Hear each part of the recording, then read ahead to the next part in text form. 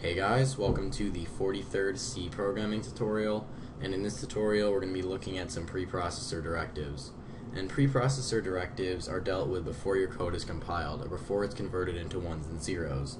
And we're going to be looking into what this means a little bit later on. And all preprocessor directives start with a pound character, so that means that this include right here is a preprocessor directive. And basically what this include is going to do is it's going to go into this file called stdio.h and copy all of its contents and paste them right here. Then it's going to go into stdlib.h, copy all of its contents and paste them right here. Then it's going to go into myfile.h, which is this file right here, so it's going to go ahead and copy this code and paste it right here. So before it even gets to do any of this code inside of main right here, it has to go through and copy and paste all the contents of these files right here. Alright, so you're probably wondering what the difference is between having these angle brackets and having these quotes. Well, in short, the angle brackets are for files that come with the standard library or that come with C, and the ones for the quotes are for any files that you create or files that you download. But there's a little bit more to it than that. So anything that you include in these angle brackets, it basically goes to the location where all the standard library files are and goes through each one of them until it finds the one that you requested. So it goes through every single file in the standard library directory until it finds stdio.h. When it finds it, it goes in there, copies all of its contents, and just pastes them right here. Same thing with this, only it's going for stdlib.h. Now this one is included inside of the quotes. So what that means is it's going to go into the directory where main.c is located, go through every single one of those files until it finds myfile.h. If it doesn't find myfile.h inside of that directory, then it's going to go to the location where all the standard library files are stored and look through all those. So if you really wanted to, you could include these inside of quotes. However, it's just good practice to use the angle brackets for the standard library files. Alright, so that's pretty much all there is to the include preprocessor directive. Now we're going to be looking at the define preprocessor directive. So the first thing that you need to do, like with all preprocessor directives, is just write out the pound key, and then right after that just type out define. Then you need to give it a name. I'm going to go ahead and just call it my_name.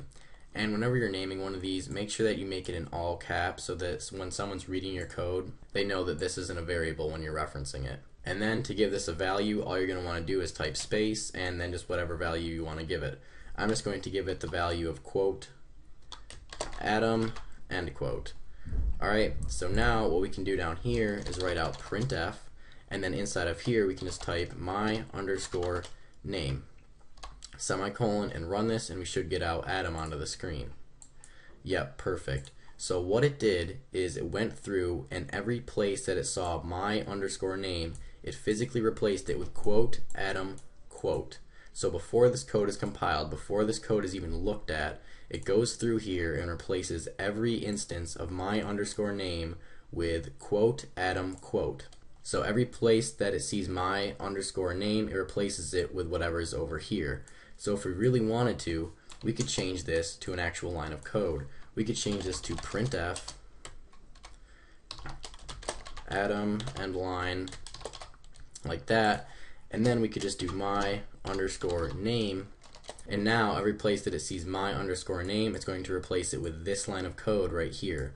So now when we run this, we should still get out onto the screen Atom. Yep, and if we wanted to, we could go ahead and copy and paste this a bunch of times so we get Atom out onto the screen 4 times. Yep, and you don't need to have a semicolon right here because in this line of code there already is a semicolon. As you can see, there's a semicolon right there. So it goes through and physically replaces this with this line of code. So it goes through, replaces this with printf Atom, replaces this with printf Atom, replaces this with printf Atom, and replaces this with printf Atom.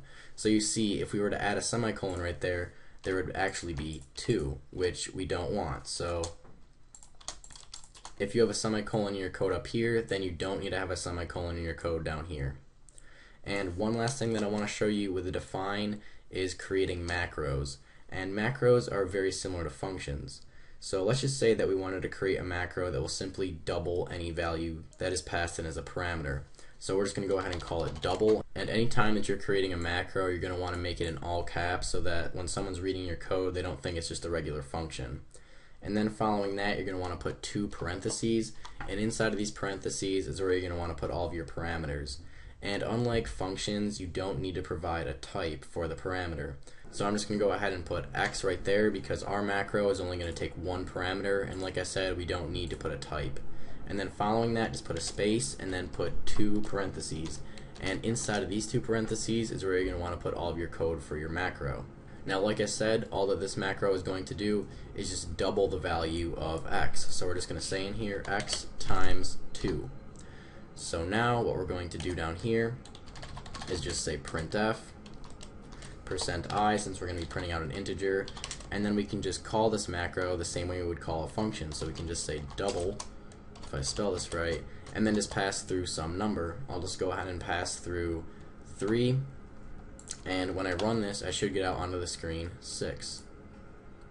Yep, because basically what it did right here is it went through and it saw this 3, so it replaced this x with a 3 and then replaced all this code with 3 times 2. So it came down here and replaced this with 3 times 2. So now when we run this, we should get the exact same result. Yep, perfect. Alright, so that's pretty much it for this tutorial on using the include preprocessor directive and the define preprocessor directive. So, see you guys.